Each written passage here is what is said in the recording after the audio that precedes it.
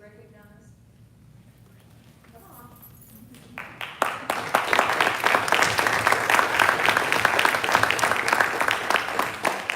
For being here, and most of all, thank you for supporting your children in craft. And so, Mr. Owens, I'm going to just give you the meeting and introduce your track team, and we'll let them, after they've been introduced, we'll let them come by here and then shake hands with them, but we certainly want to recognize them and their achievements this year. Thank you, Mrs. Robinson. Mr. Hicks, fellow board members, thank you very much for inviting us in. I'd like to start off, I was going to introduce all the track team members, but I feel like I should start off by just saying this is it is the best group of young men and women that I've worked with thus far. They're highly motivated, they work very, very hard, and I'll talk a little bit about their achievements, and you'll see some of the things that they've been able to accomplish. But first of all, I was looking in our trophy case, and I know Ridgeview, this is the 9th year that we've had track and field here, and I noticed that we had 12 major trophies down there. And when I say a major trophy, I'm talking either a conference championship, a regional runner-up, or a regional championship. You know, we have not, as a team, we have not won a state championship yet, but I think that's on the radar. We're working hard for that. But anyway, I was very proud of those accomplishments. In 9 years, we have 12 major trophies in that trophy case. Well, this young group here put a lot of those trophies in there, or several of them anyway, and I think that they're going to add more to that in the future, and we're very proud of that. As I call the roster out, if the girls could line up on my right, please, and the boys line up on my left. We'll start with seniors first, Braylon Strout. Jocelyn Brown. Emily Mullins. Michelle Boggs. Haley Sykes. Heather Archibald. Kimberly Raymond. Angela Skinner. Gracie Sularette. Natalie Dingus. Carly Sykes, Maria Jinko, Kira Barton, Jordan Mullins, Kobe Strout. That is our girls group. Our boys, several of them couldn't be here tonight. Landon Hickman, our senior, Ryan Oakman, Ethan Moore, Jason Butts, Hayden Baker, Isaiah Colley, Isaiah Blankenship, Jalen Deal, Waylon Anderson, Alan Mullins, Connor Smith, Blake Gill, Gage Garrett, Noah Rhodes. That is our roster, guys, and I want to talk a little bit about some of the achievements that they have, and when I call your name, I'd like for you to raise your hand since you're standing in front of the board now. But we'll start, once you finish and complete the regular season track and field, please forgive me, I didn't call in my coaching staff, Mr. Van Lord. So let me talk about my coaches first. Kristen Bostic, she is not here tonight. She works for us, obviously, and she is having her first child probably over the weekend. So obviously the doctor will not let her get out unless she's going to the hospital. So I apologize for not mentioning her coaches first. But Kristen Bostic coached with us this year. Haley Mullins, if Haley would come down, please. This year. Haley is incredibly valuable to us, not only from the middle school standpoint, but when middle school's over, she comes and helps coach varsity. She understands track. There's 16 events, and she can coach all of those events. We have 2 volunteer coaches. Connor Mays is not here tonight, but he's our throwing coach. He does a terrific job with that group. And then we also have Ryan Wallace, which I know everybody knows Ryan. Ryan's son is going to be a really good track athlete. Ryan was a very good track athlete himself, so Ryan helps us tremendously. Thank you, Ryan.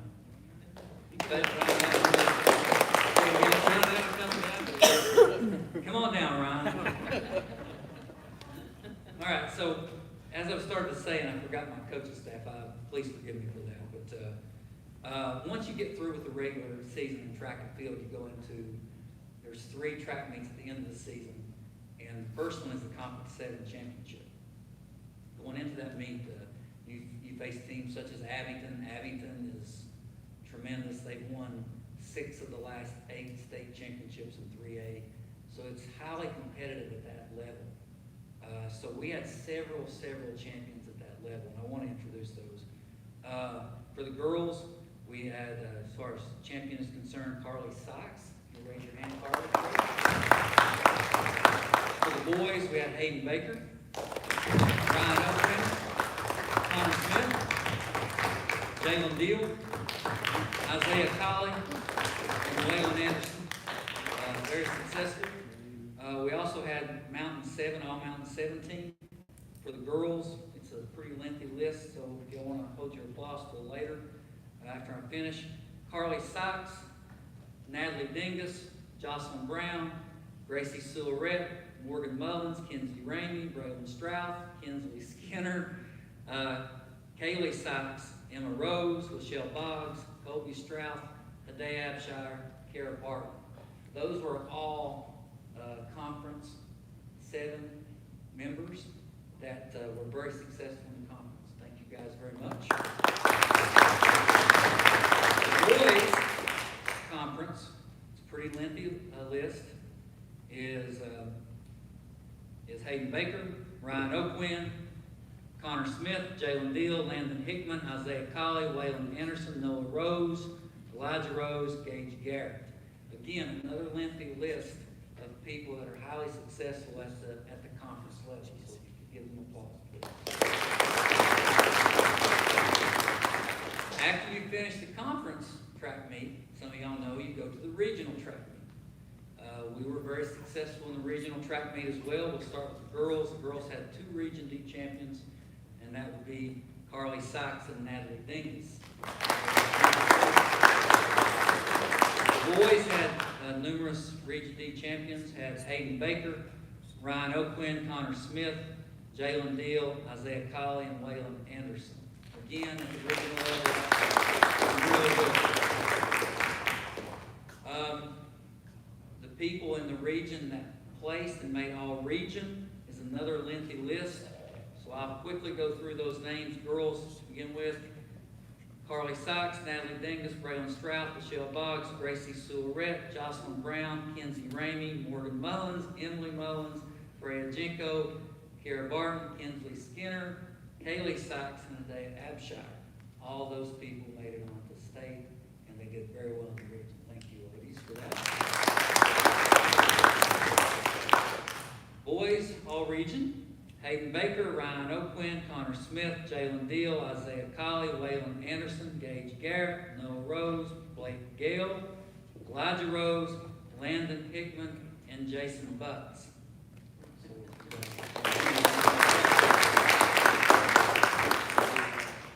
Now, for me, what kind of set this year apart is we typically have very successful kids at the conference level and the regional level. And we had 25 individual kids make it to the state track meet. That's the most I've ever had. And that's tremendous. That is an entire team. Everybody up there maybe had 8 or 10. We had 25. That's really, really good. Of those 25 kids, we had 8 all-state. Hayden Baker made it in 2 events. Ryan Oakwin made it in an event. Connor Smith made it in 2 events. Braylon Strouth made all-state in 3 events. Where's Braylon at? Kenzie Ramey in 2 events. Hadae Abshire in 2 events. Morgan Mullins in 1 event. And Carly Sykes in 2 events. And Carly Sykes was our very first ever in the history of Ridgeview High School state champion in the 400 meters. Not only that, I've researched this pretty thoroughly, and I've not come to the final conclusion, but I think she is only one of 3 individual state champions in the history of Dickenson County. I'm still researching that. I'm trying to find out to verify that. And she is the first female, and she is a freshman, so we're very excited about that.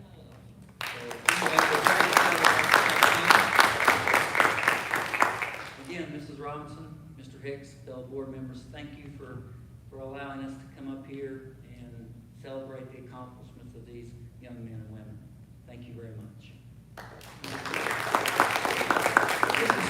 Mr. Ed Owens, I'm going to ask you and the team just to come up, and I know the board would like to recognize you by a handshake, so if you will please come up and you can just come right here, Mr. Owens, and Mr. Wallace, don't go anywhere. And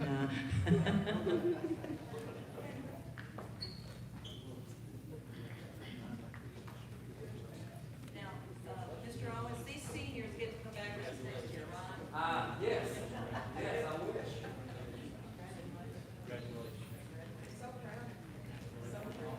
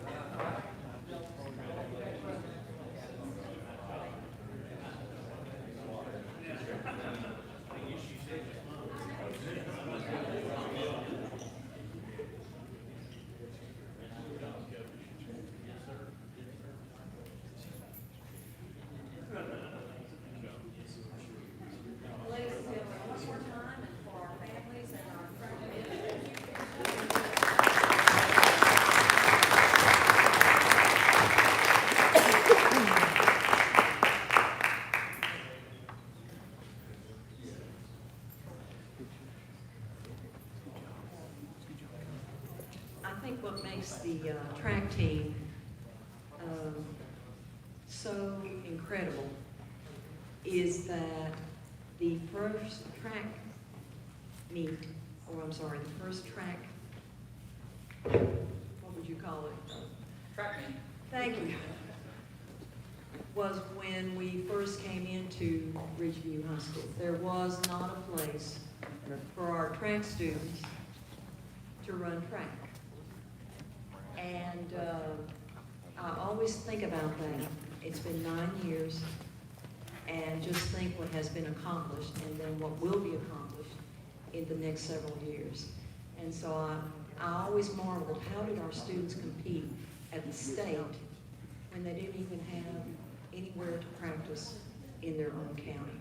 And so now we have a beautiful track, and we're so thankful for that. Thank you. Thank you, sir. Did you have anyone else you wanted to recognize, Mr. Owen? The track team, you're going to have to stand and smile for Miss Edwards there. So if the track team would please stand.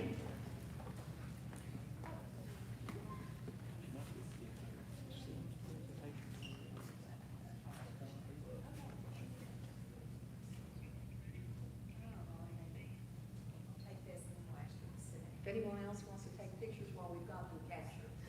Okay. Okay, you guys would just sit down. Coach Owens, you and your team certainly are welcome to remain for the rest of the meeting if you would like to leave, and because you have other obligations, please feel free to do that too. Okay? Thank you again.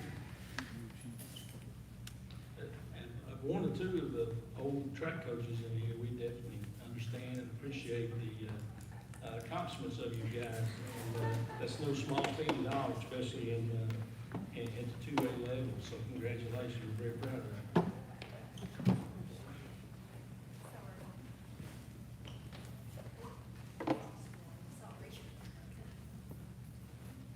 Thank you again for attending our meeting. It's been a pleasure. Thank you, folks. Do we have any other good news? I wish I had more.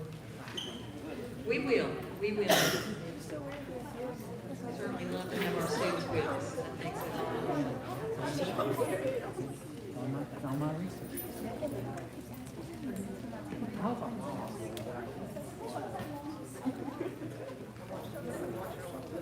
Kenzie, just say something. It just depends on how she. I think she's going to walk.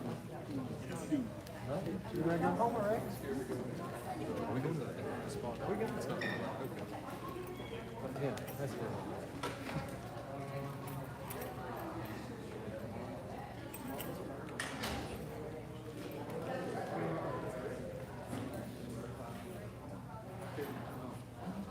So our next agenda item is the Sheriff's Department's request.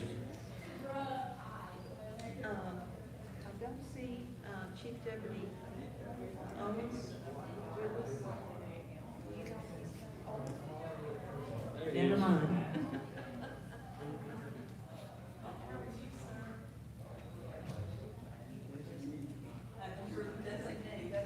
If you'd like to go to the podium and introduce yourself, to the board.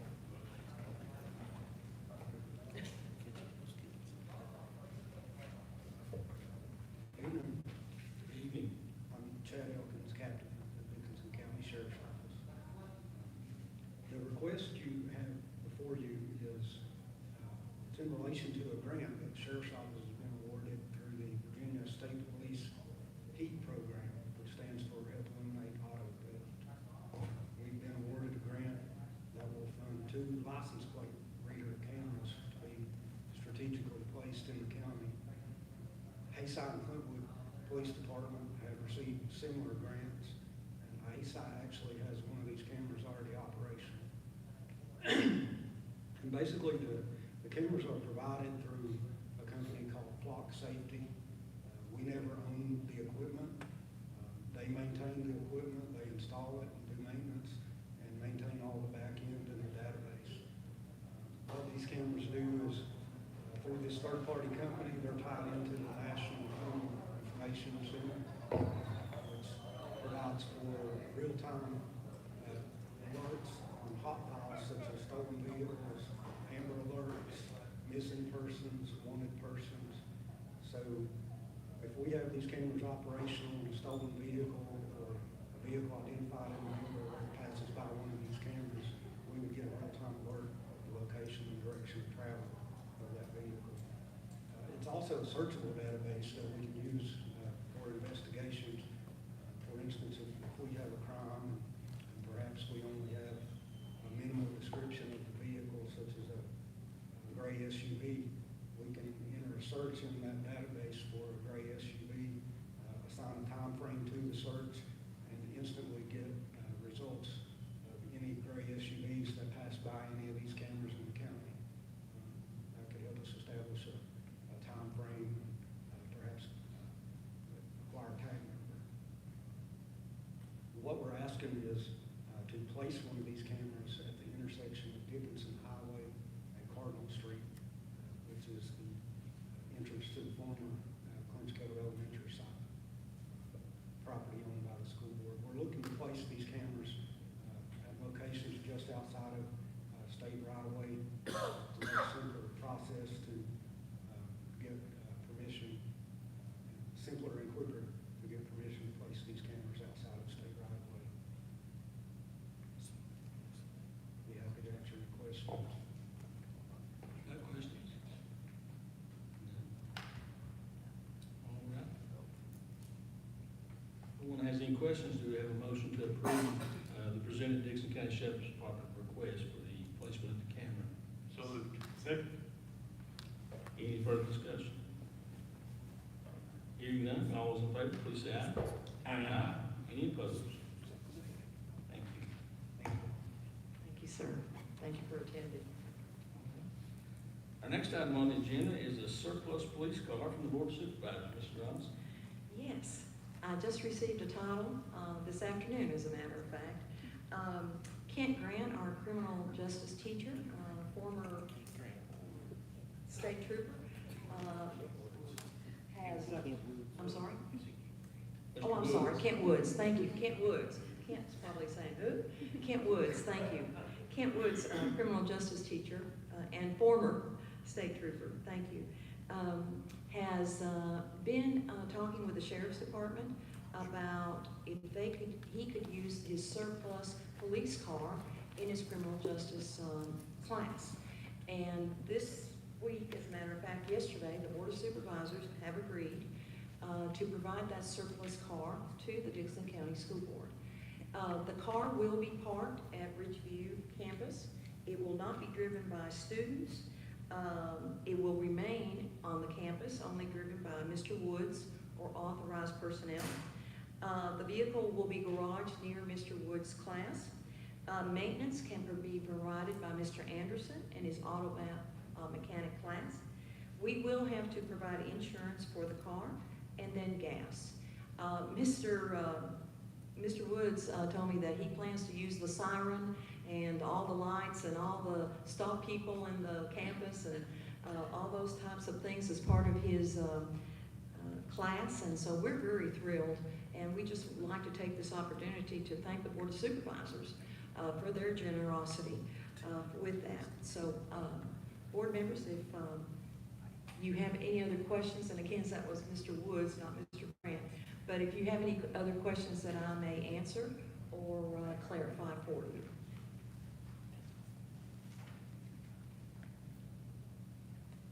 Any questions, board members? Do we have a motion to approve the surplus car from the Board of Supervisors? So moved. Do I hear a second? Second. Any further discussion? Hearing none, all those in favor, please say aye. Aye. Any opposed? Thank you very much. The next agenda item is the update on Ridgeview Elementary. Mr. Burge.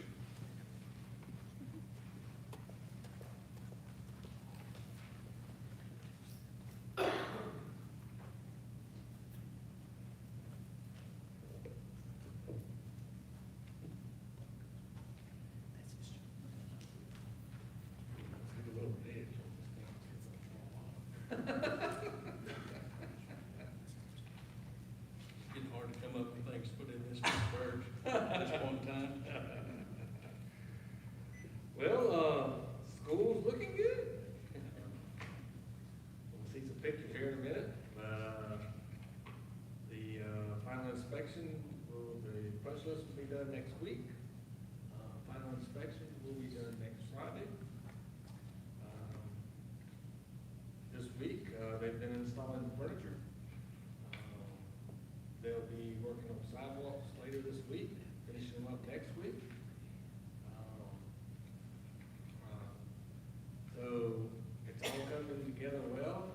Ryan and his team have put all the phones and the interactive boards in. And our fire alarm people have done their intercom and fire alarm, all the items that they're gonna have to do with. So it's gonna come to fruition. So we're really thankful for that.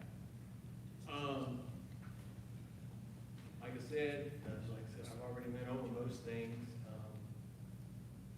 Go on to the next slide. Like I said, furniture is installed. They should have finished up today. All of the technology from the county has been installed, I think. And we do still remain on schedule and within the budget. They will be working on the canopies later this summer, as well as the parking lot. The parking lot, we're still waiting. We had some comments come back from DEQ last week. But it will be, as soon as that's approved, we will have McFall that can work on that. So we are prepping an area out there where the construction offices have been for the parking, in case anybody has any questions. That yes, there will be a place to park. We just have to walk a little bit further until we get the parking lot done. This photo was from last week. They've got the subgradient for the sidewalks. The weather has kind of messed them up this week with all the rain we've received, which I'm not complaining. But they will be planning to be here later this week or early next week to complete the sidewalks. Next, we have already went ahead and put the prep in, subgrade in to the tennis courts for the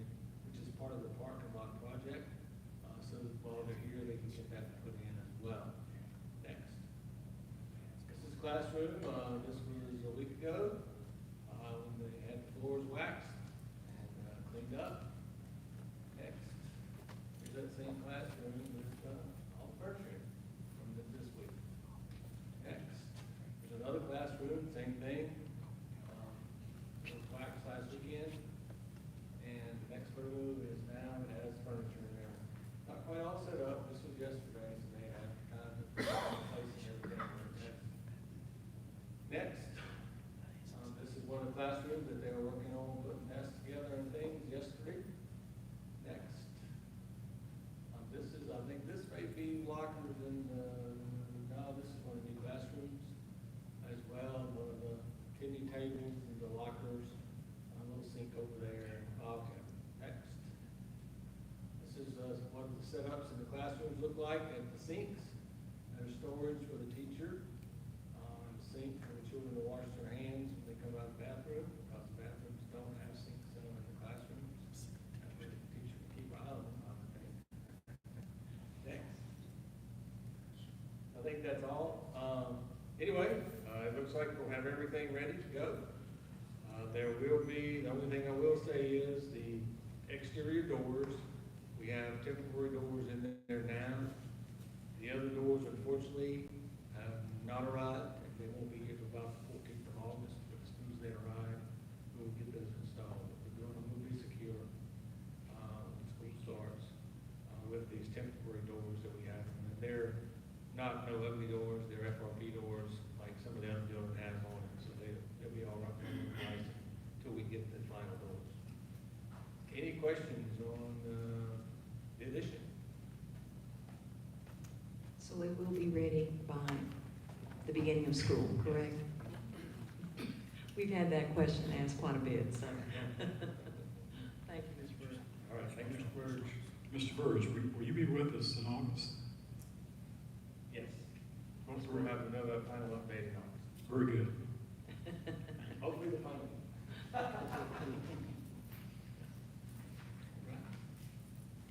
So our next agenda item is the presentation of the end-of-year financial letter. Mrs. Edwards. And Lacey is our deputy clerk today, so. Double duty. I'll just present from here, if that's okay. Our fiscal year 2024 carryover request letter was delivered to the county administrator on June the 27th. This carryover letter reported our fiscal year 2024 total operating revenue as $36,900,642.13, with the prior year carryover from fiscal year 2023 of $1,470,291.65. The combined total of total revenue was $38,370,933.78. Total expenditures for fiscal year 2024 totaled $35,423,227.97, which also includes the July 2024 payroll, which was $1,323,786.16. This resulted in a total amount of carryover requested of $2,947,705.81.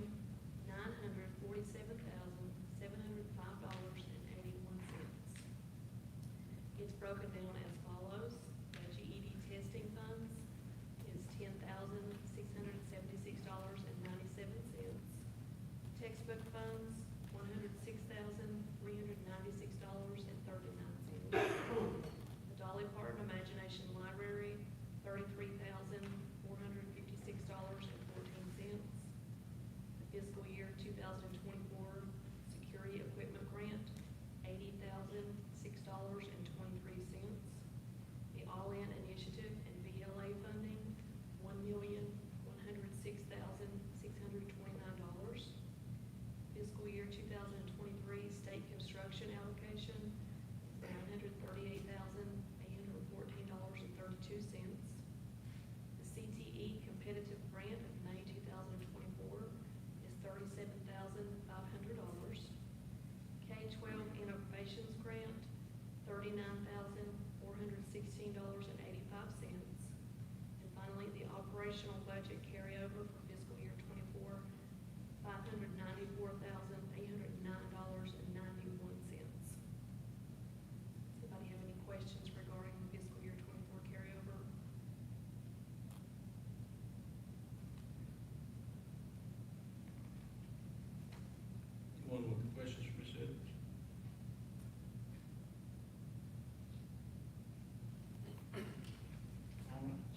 item is discussion of the FY 25 proposed budget. Amendment, Ms. Edwards as well. We have before you an amendment to the original budget. The original budget was adopted on March 7th of 2024. This amendment will encompass several items, including the salary scales that we approved at the last board meeting on June 26th, a decrease in state funding due to enrollment projections, a decrease in local appropriations from Dickenson County, an up-to-date carryover from fiscal year 2024 that was just presented, and also adjustments to construction revenue based on the payment schedule for those invoices. Revenue changes include the following. State funds will be, the proposed amendment are $21,944,404,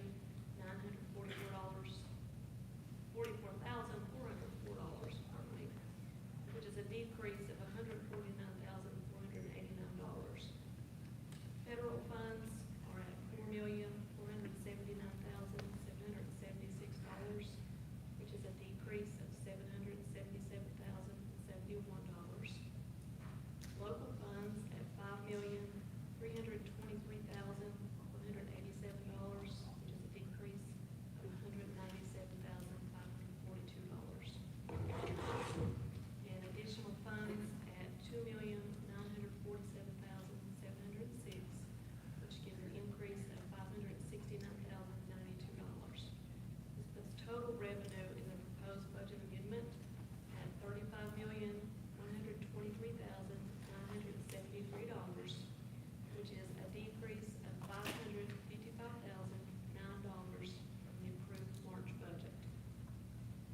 Expenditures are also being adjusted accordingly with this decrease in funding and include the following: salaries and wages at $17,216,362,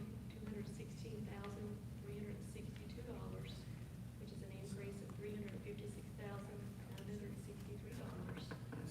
Payroll-related expenditures at $10,751,842, which is an increase of $112,801. Non-payroll related expenditures at $7,155,770, which is a decrease of $1,024,773. This puts the total expenditures in the proposed amendment at $35,123,973, which is also a decrease of $555,009 from the March budget. Our intention is to advertise this amendment to budget in the month of August and to have a special call meeting on August 28th to present it to the board and the public at that time. Any questions regarding the budget amendment?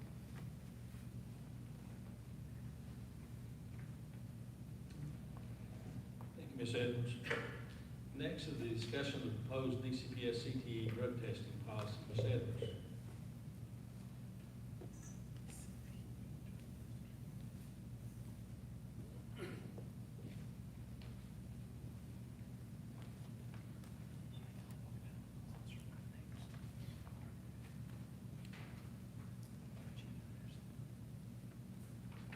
Good evening, board members.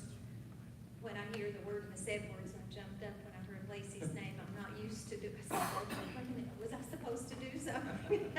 So Lacey, you saved me, thank you.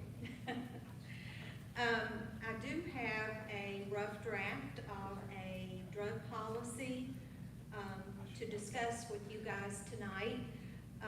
We've been working with a school division in West Virginia for over a year now on our simulated workplace initiative. Part of simulated workplace, of course, what that means is we turn our career tech programs into businesses, operating, functioning businesses, where we take on projects and activities, and we complete those projects and activities. Part of what has been recognized as a need, not only in our region, but nationally, is to have drug-free, ready, employable students. So as part of this initiative, we modeled this policy after Nicholas County Career Tech Center in West Virginia, in Craigsville, West Virginia. The two gentlemen that have been working with us, Tom Bayless and Al Alex Malinese they've been working with us for over a year and a half, and they were helping us to develop this policy. It's something that they've had in place at their Career Tech Center for many, many years as part of their simulated workplace. The policy itself is not intended to be punitive. It's intended to be educational. It's intended to support drug-free, ready, employment-ready students, so when they leave us, they can pass a drug test. They actually are ready for employment. So I'll go over parts of the policy with you, and we'll have discussion of anything that you'd like for me to change.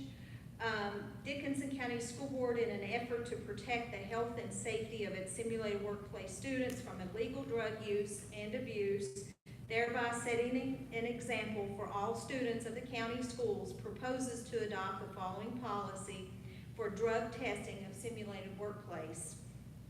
And remember, simulated workplace is a part of our career tech programs, okay? The purpose of this policy is to govern illegal drug use by students participating in the simulated workplace. The sanctions imposed for violations of this policy could include, but are not limited to, limiting the opportunity of any student determined to be in violation of this policy to a student's privilege to participate in the simulated workplace. Participation in the simulated workplace is a privilege. Students who participate in simulated workplace are representing the school division and the community. Accordingly, these students carry the responsibility to themselves, their fellow students, their parents, and their school to set the highest possible examples of conduct and training. Students in simulated workplace have a responsibility to safely operate equipment and machinery in the CTE setting. We already have a drug testing policy for our athletes, and we have one that's included in our nursing program as mandated by the State Board of Nursing. The purpose of this purposes of this policy are fivefold: to educate students on the serious physical, mental, and emotional harm caused by illegal drug use, to alert students with possible substance abuse problems and their parent or guardian of the potential harm that drug use poses for their physical, mental, and emotional well-being, to ensure that students adhere to a training program that bars the intake of illegal drugs, to prevent injury, illness, and harm to students that may arise as the result of using illegal drugs, and to assure the safe operations of the simulated workplace program. There are some definitions that I'm not going to go over with you. I'm sure you've had time to read the policy just to see what the definitions are, but the guidelines, implementation guidelines on page 2 at the bottom, we have attached a possible consent form for the students, a student drug testing consent form. The students will be selected randomly. 40% of the students participating in simulated workplace will be selected for a urine sample. And then there's also an option of doing a reasonable suspicion. So if there is a concern by a teacher or staff member, that particular student can be pulled as well. Prior to the commencement of the drug testing session, of course, the students will be educated on how the samples will be collected, the policy, the drug testing procedures, and other information which may help to reassure the students to help avoid any kind of embarrassment or uncomfortable feelings about the drug testing process. The policy will be distributed to the parents and guardians. The random sampling, of course, will be done quarterly, and as I mentioned, all students are participating with 40% of the participants, and any reasonable suspicion. A drug testing service will be provided by the school division. We have contacted in the past the Board of Supervisors to help us with the cost of that. And what Nicholas County does, or what they have decided to do in the past few years, is to use a service through Amazon. Privacy, all aspects of the drug test use program, including the taking of the specimens, shall be conducted so as to safeguard the personal and privacy rights of the student to a maximum degree possible. Obtaining the samples, the test specimens shall be obtained in a manner designed to minimize intrusiveness of the procedure, and of course will be collected in a facility with a closed door so that it is private for all of the students. And right now, we're thinking about using our nursing lab as a collection station because we do have a bathroom in the lab, and then of course our nurses are trained to administer urine samples. All student or any student in the simulated workplace be selected for random drug testing who is not in school on the day of the testing will be tested the next day. If a positive is determined, then of course the administrator or designee will reach out to the family, the parents, to see if there are prescriptions that are involved, so to make sure we're doing things properly. Of course, our nursing coordinator will be involved in that as well. In the event that there is a positive test, the parent and guardian may challenge the positive test, and then a second test would be administered to the family or to the child for the family.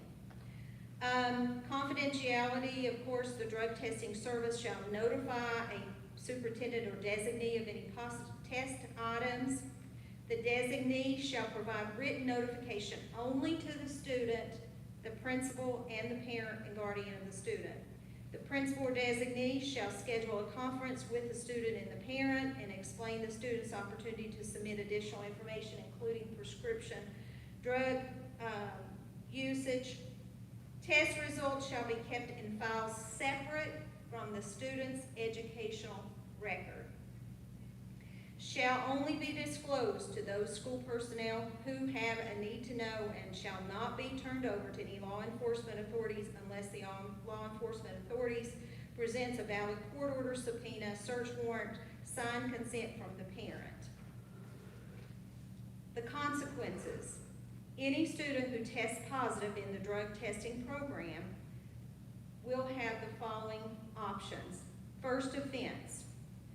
A meeting shall be held or set up with the student, the parent, the principal concerning the positive result. After the positive result, within 5 days, the student must show proof that they are securing or participating in counseling. So the whole purpose behind this policy is that we're educating the children on the effects of drug use.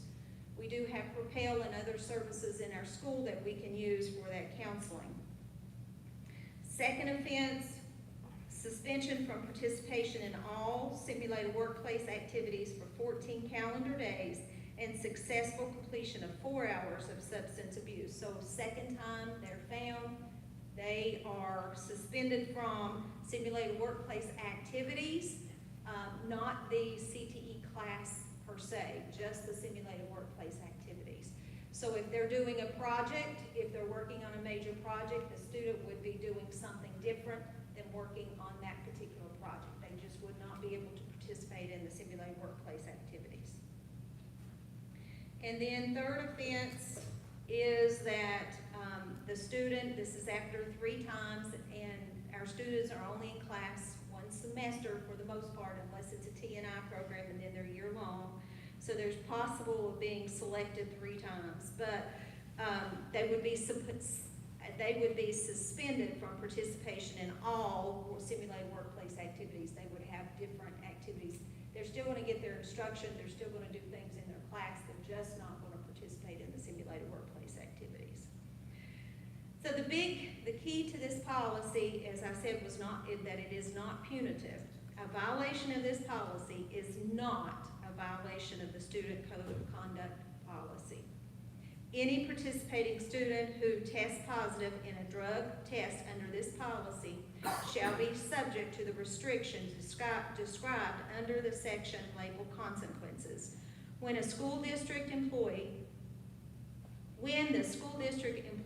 charged with the administration of the drug test policy are made aware of drug use by a simulated workplace student solely as a result of the drug testing under this policy, the student shall not be disciplined under the Student Code of Conduct.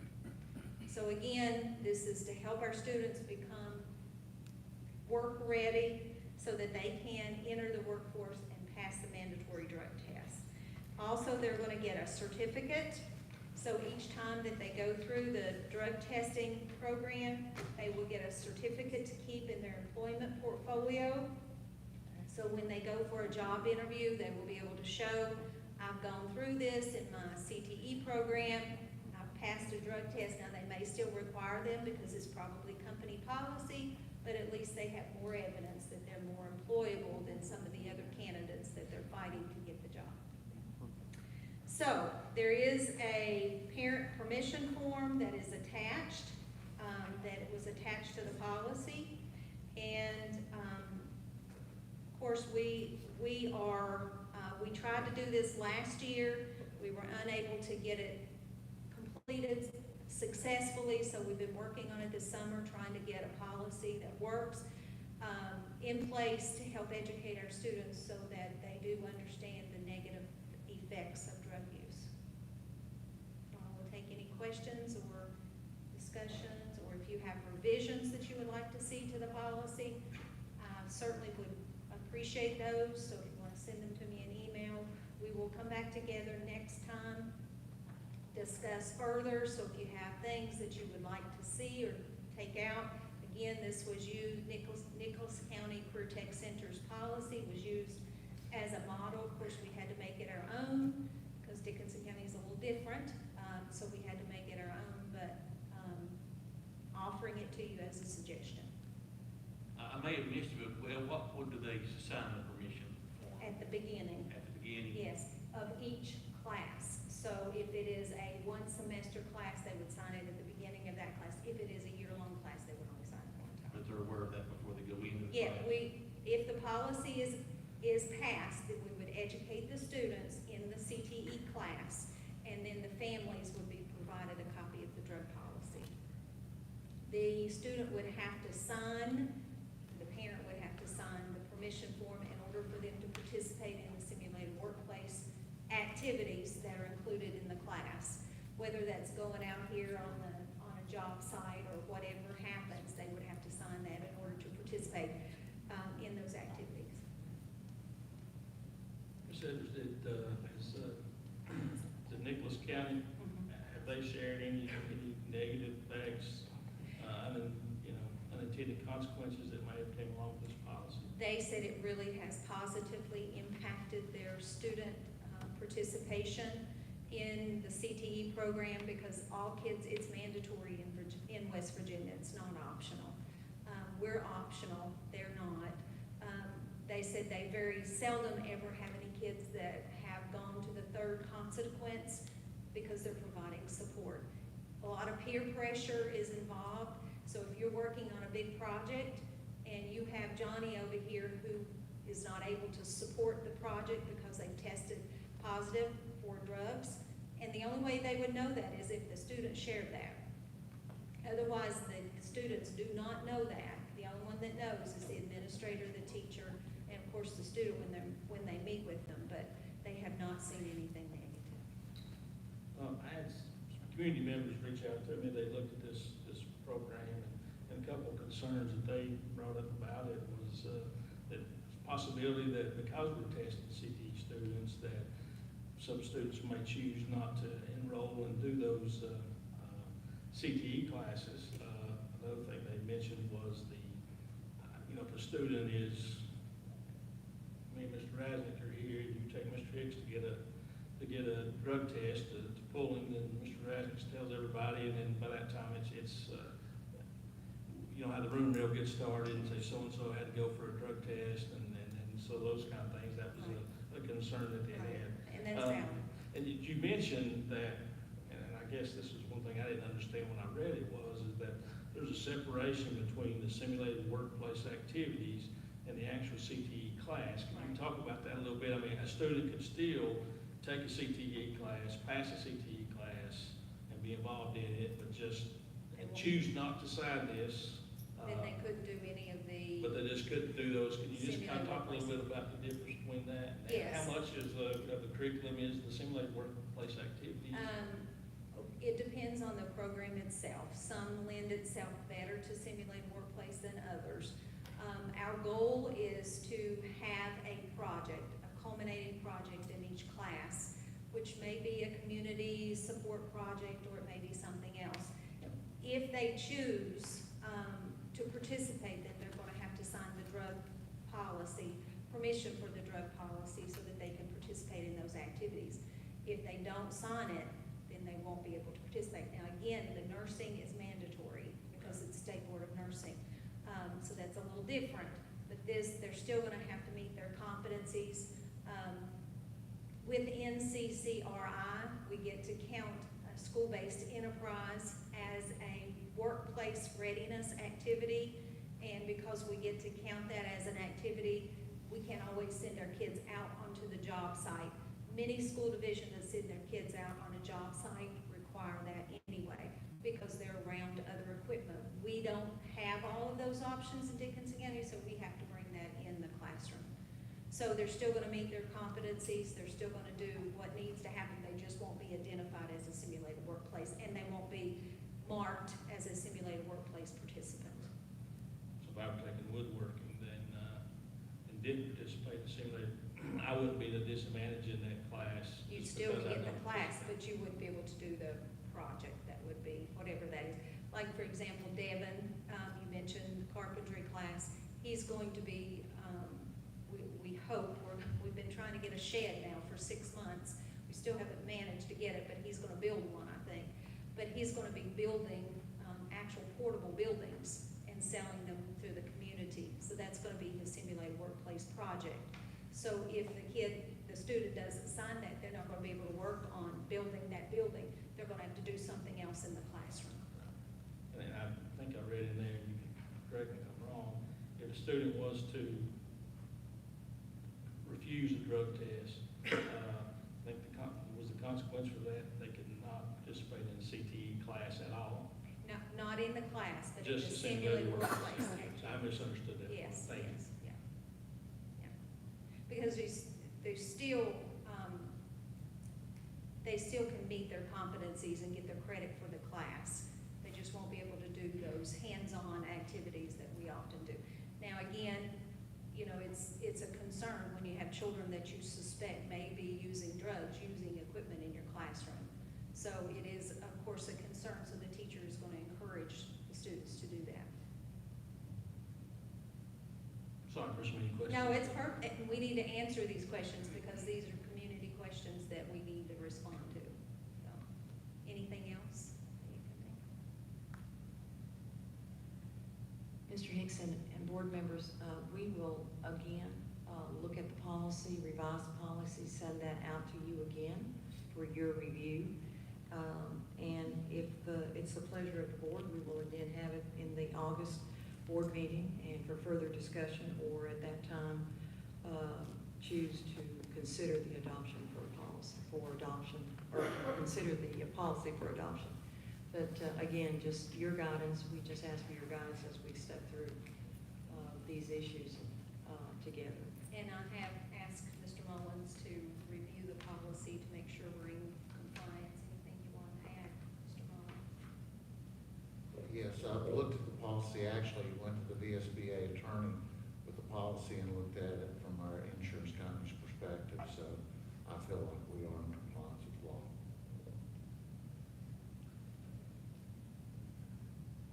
If you have other questions, or if you get questions between now and the next board meeting, send me those, because we need to think about those things on the front end, not on the back end. We don't want to have issues with our parents.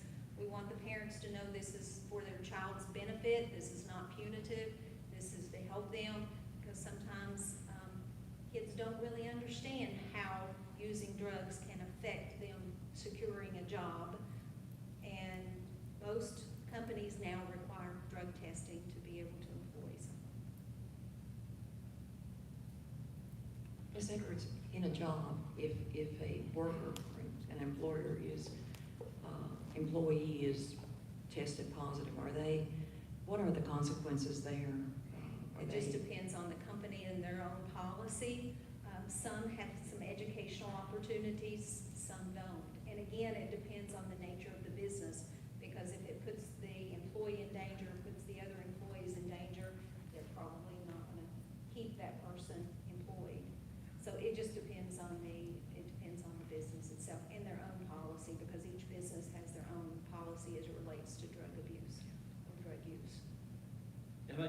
believes in the goal of the policy and what we're trying to accomplish here. Even those folks that reach out making the community, especially those concerns about the rumor mill and those kind of things, is that if we communicated that, hey, all CTE students are going to be tested to 40%, so it's not going to be an uncommon thing that occurs if we were to enact this policy. Right. Privacy is really important. What you mentioned about doing it in a classroom, we're going to have to figure out some way to do that so that we don't identify. You don't want 10 kids to get up and say, oh, okay, you're drug testing today, because then you would know who the kids are. So we need to think through that, how we can manage that. And it's new, so, you know, we've not worked through it yet. I know Nicholas County does one thing, but our schools are different because we're a comprehensive high school, and of course, they're a career tech center. Anything else? Again, if you have questions or comments from the community, call and let's talk about it. You know, it's open for revision. So if we need to change things and make it our own, it's our policy. So there's no reason we can't do that with Mr. Mullins' approval, because we want to make sure we're all legal and appropriate. But we can do that. And even if they're just general questions, because if we do this and we start sharing it with the community, then you're going to get more questions. So having those on the front end would be very valuable. Okay, thank you. Thank you, Ms. Edwards.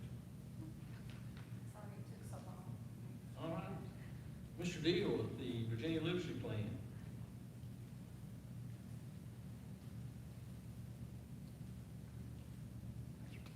Just want to say, we've talked about this for several months, about the Virginia Literacy Plan and getting things in place.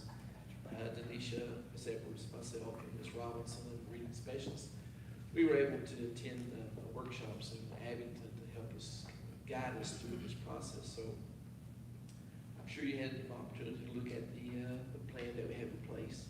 There are just some key things there that I thought I'd point out to you through the plan.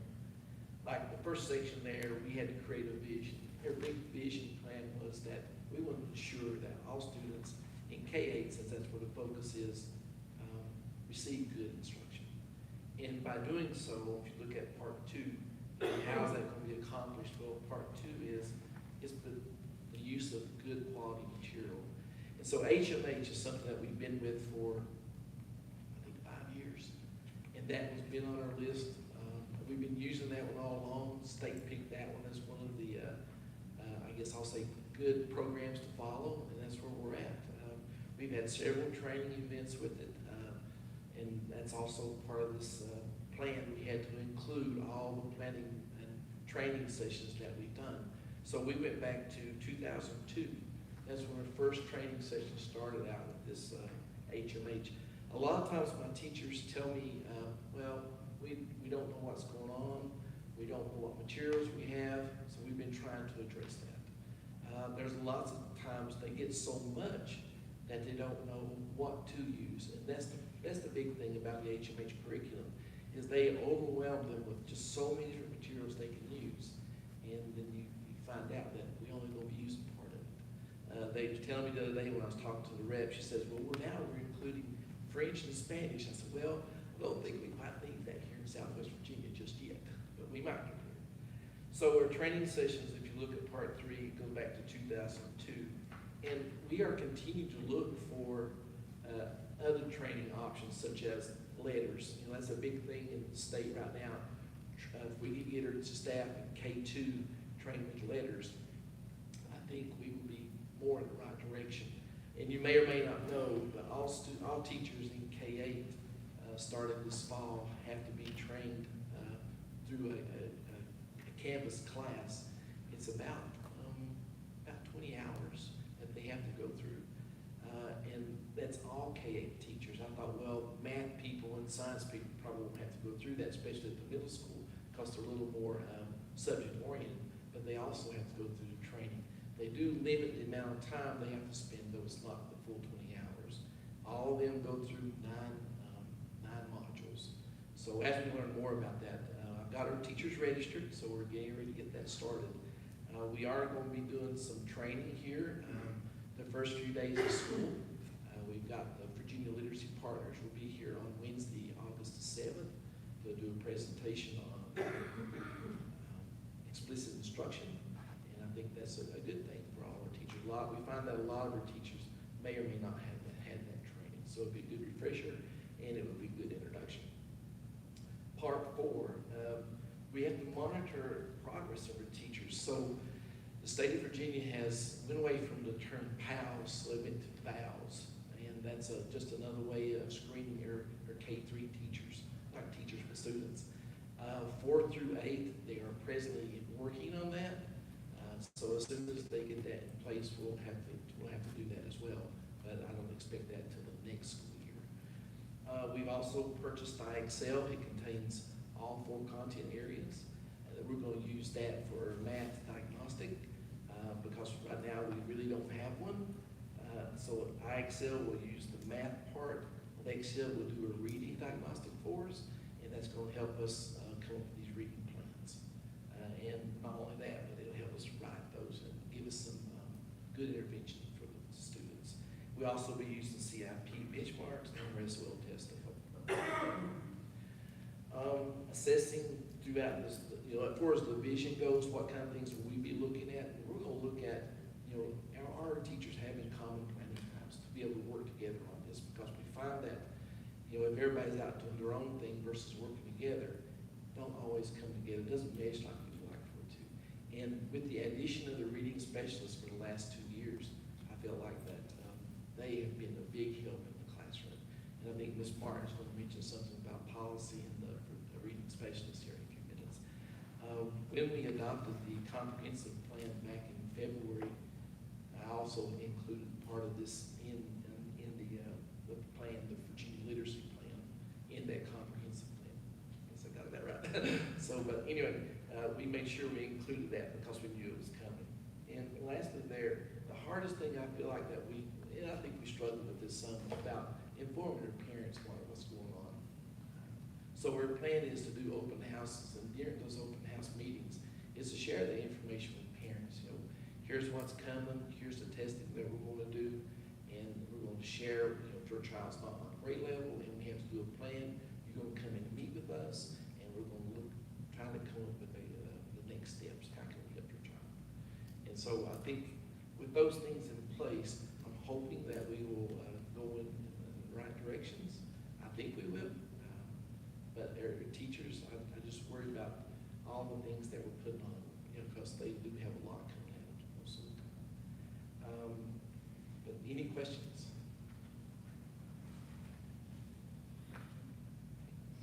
Thank you, Mr. Dean. Do we have We will, Mr. D, You need a motion.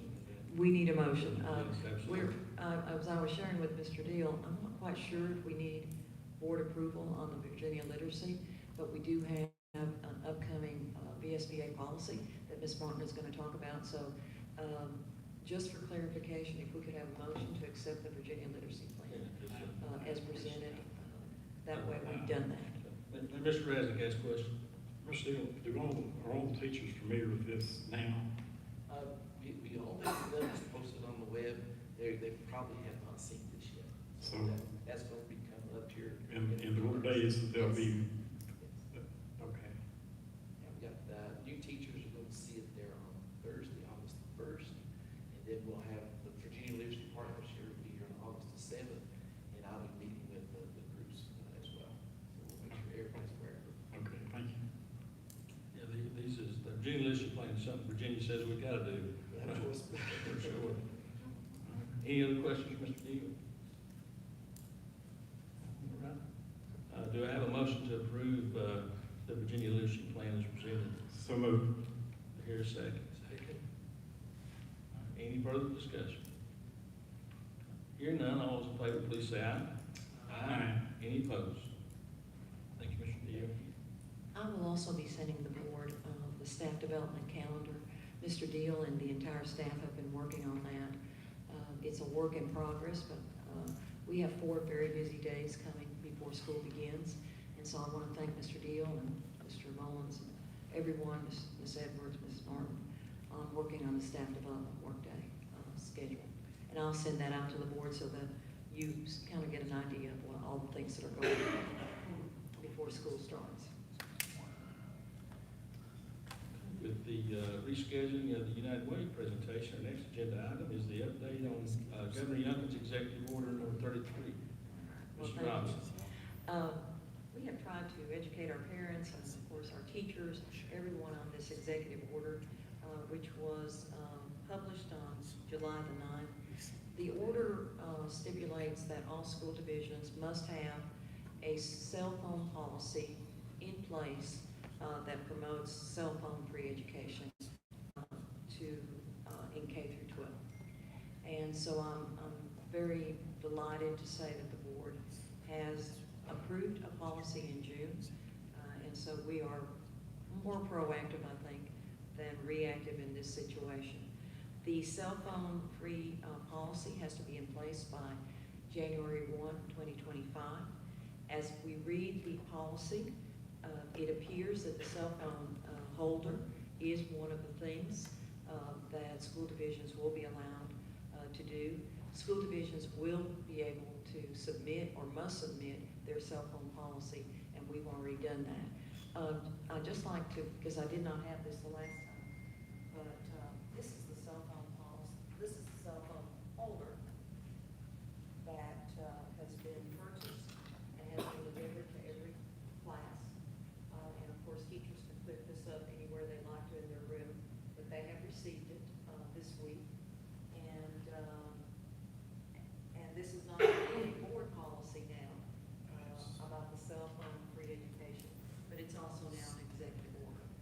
And so I think everyone understands the good, the bad, and the very ugly about just cell phone use policy and what it's doing to our students. On next Wednesday,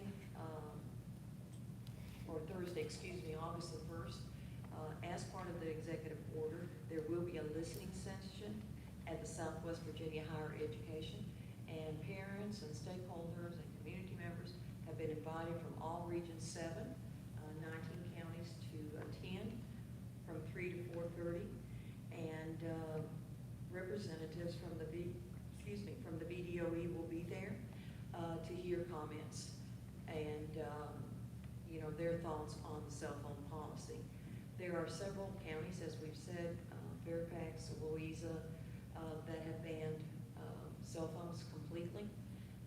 They either put them in a sealed bag that's sealed every morning, unsealed at the end of the day, and there's just a lot of things going on with that.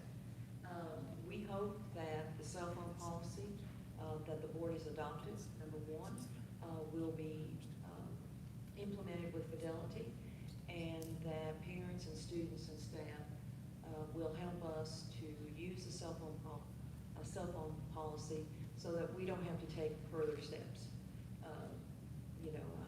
I think parents feel that the cell phone is a very important communication tool for their child, between them and the parent, and we certainly want to honor and respect that.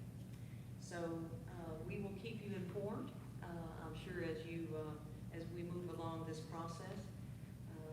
But I do just want to remind our board and those that may be watching about the listening policy or the listening session on next Thursday from 3 to 4 o'clock.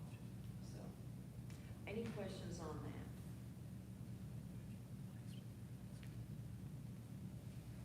Thank you, Ms. Robinson. Thank you, sir. Next is the approval of the proposed VSBA policy. Ms. Warner. Good evening, board members. First, this was a last-minute ad. I had Lacey add this. In your packet, you'll have this little card here. I was able to purchase this with last year's, the last little bit of attendance money that I had right at the end of the budget. We will be giving these out. I was able to get enough for all students in the county. We'll be giving these out with their handbooks, just as a little, I call it a bookmark. I don't know if that's what anyone else would call it, but that's what I'm calling it. so they can use that as just, it's got some little pointers about attendance and that sort of thing. I just wanted to share that with you. And I had her stick it in your packet this morning. I said, do you have the packet? Stick this in there so you can share that. Now on to approval of policies. We, about a week and a half ago, we sent you 23 policies. Most of those policies, 17 of them, as a matter of fact, were just either legal references, cross-references, amendments that were made to the Virginia Code, just the typical ones that we have to change each couple of months. There were 5 policies that were that align with the Virginia Literacy Act that Mr. Dill was just speaking about. One of those in particular was the actual policy that says Virginia Literacy Act.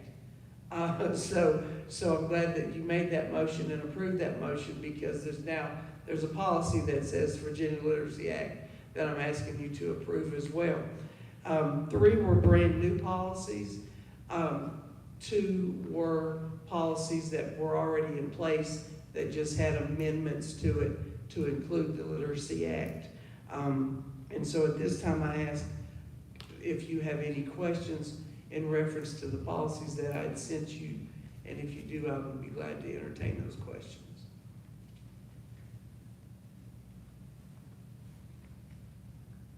Anybody have questions from this point?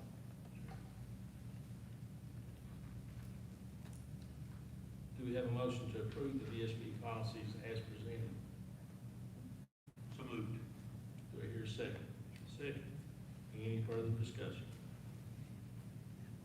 Hearing none, all those in favor, please say aye. Aye. Any opposed? Stay right there, Ms. Martin, you're up next too. I'm up next, too. Student Pledge Program update. Okay, and the other, Ms. Edwards, I thank you for your lead into this segment that I have.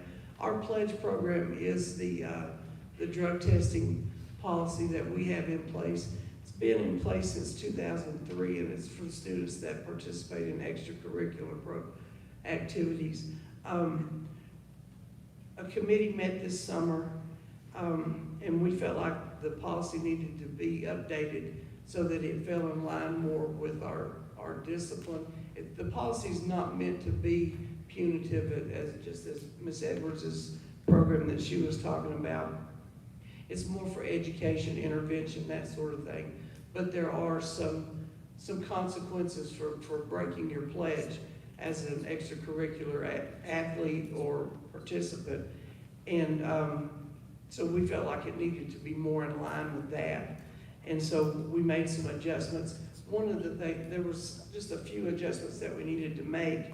One of the things was with tobacco use. It did not address vaping. And so we had to make that adjustment because in 2003 that wasn't an issue. So, you know, it'd been 21 years since this policy had been updated. So of course we had to update that. One of the other things was that the coaches that were on this committee felt like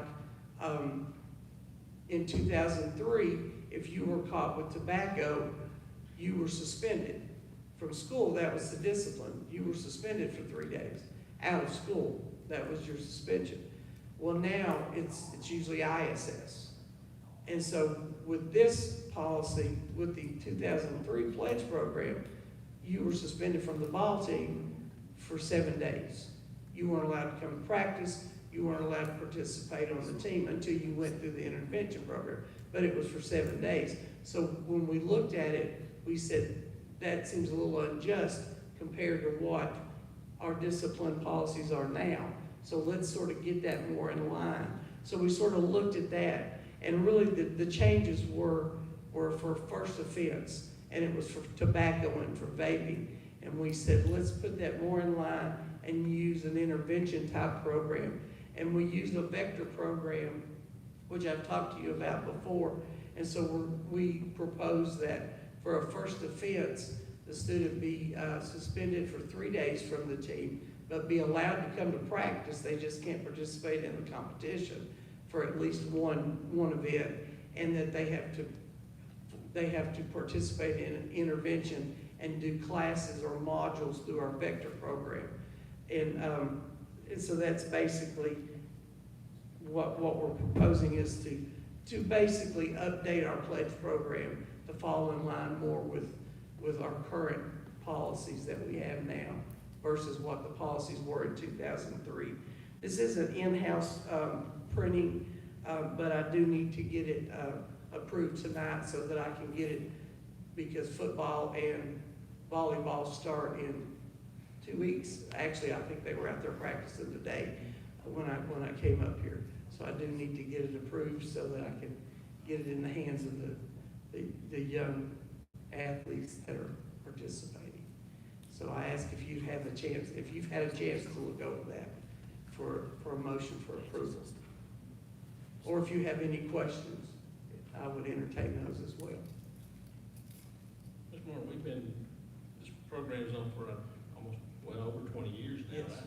And, I was thinking today that, as far as I know, you may not can answer this question, but during that time, those 20 years when we've done testing, I think you could probably count the number of positive results from students on one hand. Is that? I'm going into year 4 as a Right. as a compliance officer, and I've had one test positive last year, and one test positive my first year. So 2 in 4 years, 2 in 3 years, I guess. So for the number of students that we test. And we that's test, really good. we test 10% each season. So, roughly, we test 10 girls, 10 boys each season, depending on, there's usually more in the fall and the winter than there are. Just depends on what's going on. So we roughly test 20 kids per season. So,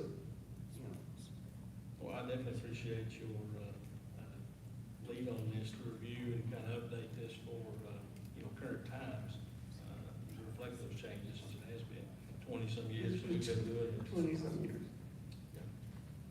I actually, tell my age a little bit, I remember when we first came out with this policy, and when Mr. Setzer did the policy, Mr. Vanover, I'm sure you do too. I think you and I were both on this committee when we did this, I think as a first-year teacher, I barely remember that. Yeah, I'm sure. You were still in school playing ball, weren't you? I probably was. Yeah, sure, coach. Any other questions for Ms. Martin? All right.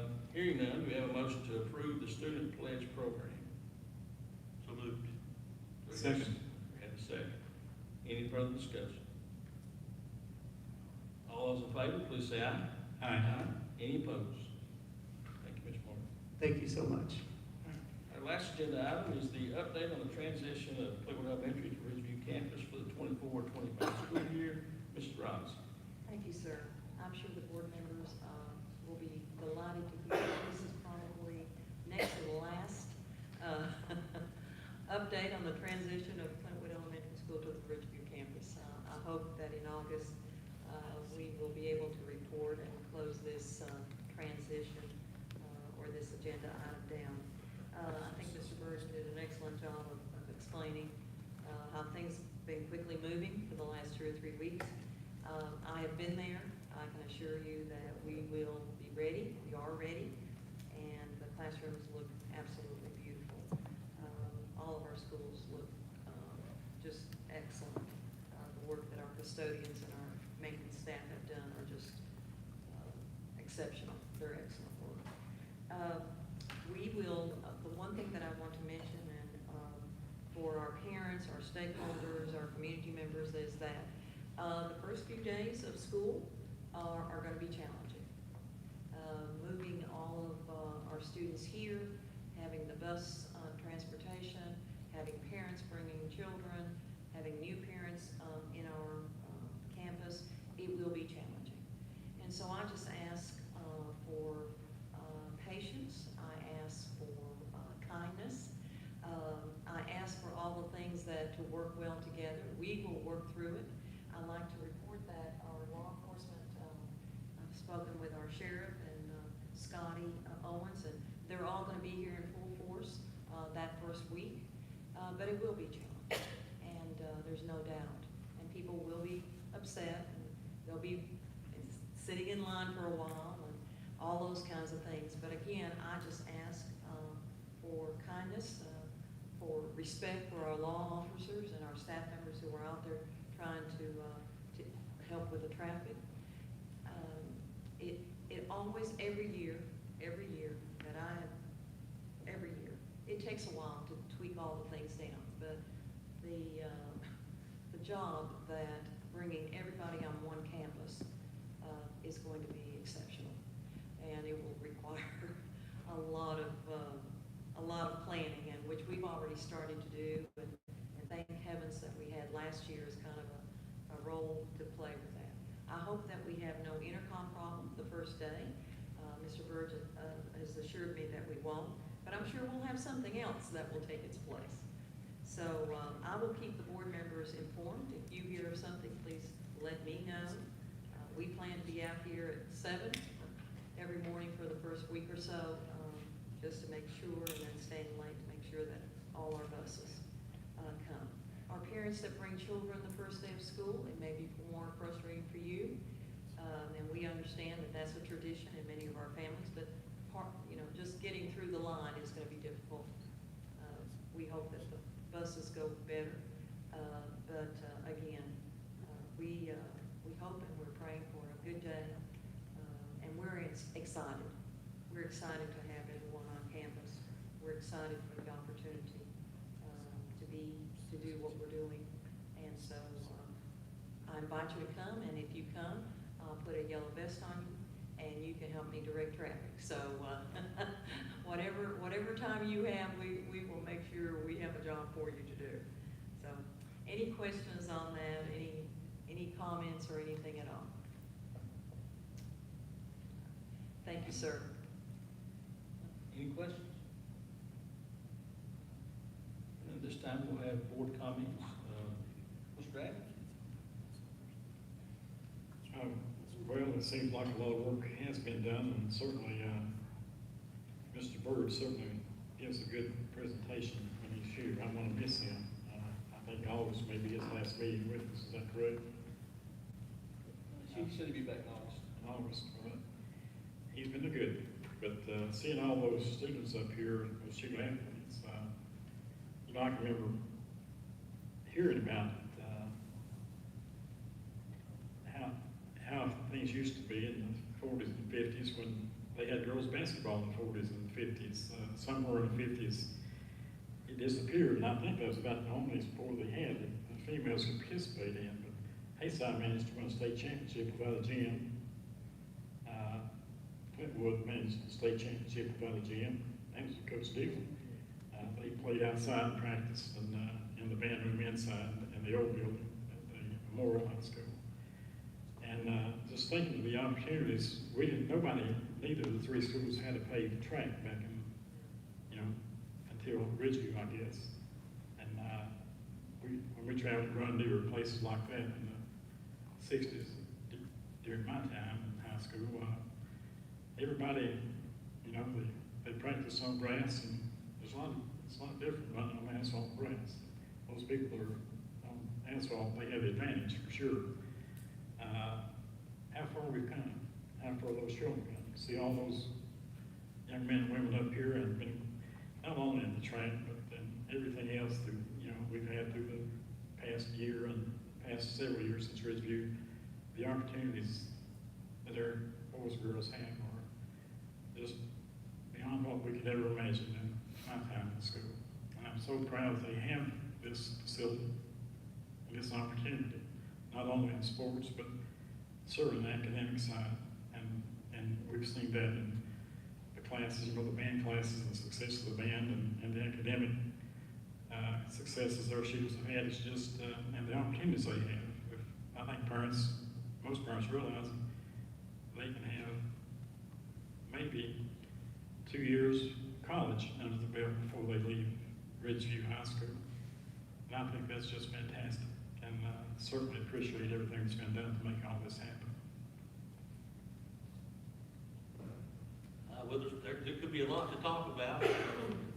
certainly a lot of good news. I'd just like to touch real quick on the information from the Dickenson County Sheriff Office on the placement of the camera, and then also the surplus police car from the Board of Supervisors. It's always good when we can work well with our other stakeholders in the county on, instruction, make sure our students get the best instruction, and also, with the cameras, providing safety in the county. I think anytime we can work with our other partners is very important. Touching on Governor Youngkin's executive order on the cell phones, I know we've already placed something into being here on this board, and I think we were proactive on that instead of being reactive, and I think being proactive is very important. Anything you do, especially with this board, I'm proud of the fact that we, took order on that before that executive order was sent down to us. And then just to piggyback real quick off what Mr. Ratnick said about the track team and their success, and I know I worked adjacent from Coach Owens there in the business department. We had rooms side by side for a year or two, and I know he puts as much effort into his coaching as he did his teaching, and kudos to them and then his assistant coaches and that track team. But like Mr. Ratnick said, I'll use Miss Martin as an example. I know she's coached track.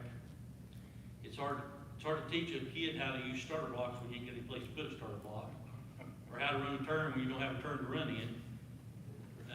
We've come a long way, but I'd like to congratulate Mr. Owens and them, but I'd also like to bring up the fact that we've had coaches in this county that have done quite a bit with a lot less, and we've always done our very best and been successful, not just in sports, but in the classroom as well. So just congratulations to all those folks.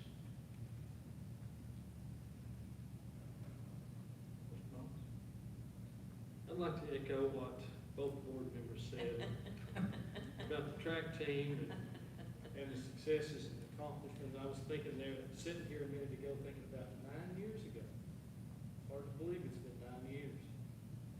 And it's been a wonderful ride. And when I think about next month, history will be done. We'll have everyone consolidated on one area, our facility, all of our kids will have all those opportunities. Everyone will share equally, and it's really an exciting time, and it's a historical time. So I would just like to thank everyone who's involved in that, and I know there's a lot of you all who've been involved in that, all the teachers, the hard work that's been accomplished, and I'm just so proud to live in Dickenson County.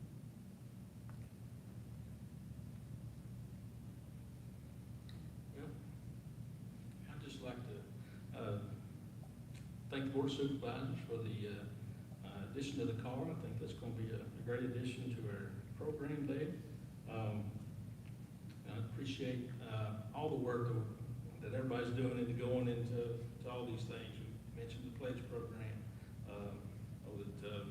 our CTE drug testing thing we're looking into to possibly do. And, I think nobody disagrees with the goal of it, and it's important to have those community input. I think everybody wants to have kids that are drug-free, but that's looking into, we don't want any negative consequences or punitive things that come from that. And so I appreciate us being willing to go back and review and look at those things and just fix that as we look at it again. Appreciate all the work that went to the literacy plan. That's a lot of work, and that's going to be a lot of work for our teachers to implement. And I'm sure they'll do a great job at that. Just going to be kind of tweaking that as we go through. A lot to do there and a lot to accomplish, but I'm sure our kids will do great. We've talked about track a lot. I'd just like to, once again, congratulate the track team, and I'll tell a track tale.